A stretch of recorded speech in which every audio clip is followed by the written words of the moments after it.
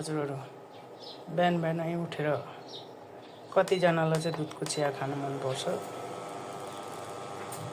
हेर्नुहोस् है। मलाई चाहिँ जुरुक्क उठेर पानी पनि नखाइकन चियापट्टि मेरो हात गइहाल्छ है। दुधको चिया मस्त खानुपर्छ है। हेर्नु न, दुधको चिया नखाइ त दिनै उज्यालो हुँदैन हो। शरीरलाई राम्रो हुँदैन, फाइदाजनक हुँदैन भन्छन्। र के गर्ने, आफूलाई त दुधको चिया नखाइकन दिनको 4-5 चोटि दुधको चिया नखाइकन चित्तै बुझ्दैन के। हजुरहरू पनि कतिजना हुनुहुन्छ दुधको चिया नखाँदा चित्त नबुझ्ने? कमेन्ट गर्नु है। कतिजनालाई मनपर्छ भन्नुहोस् है हजुरहरू।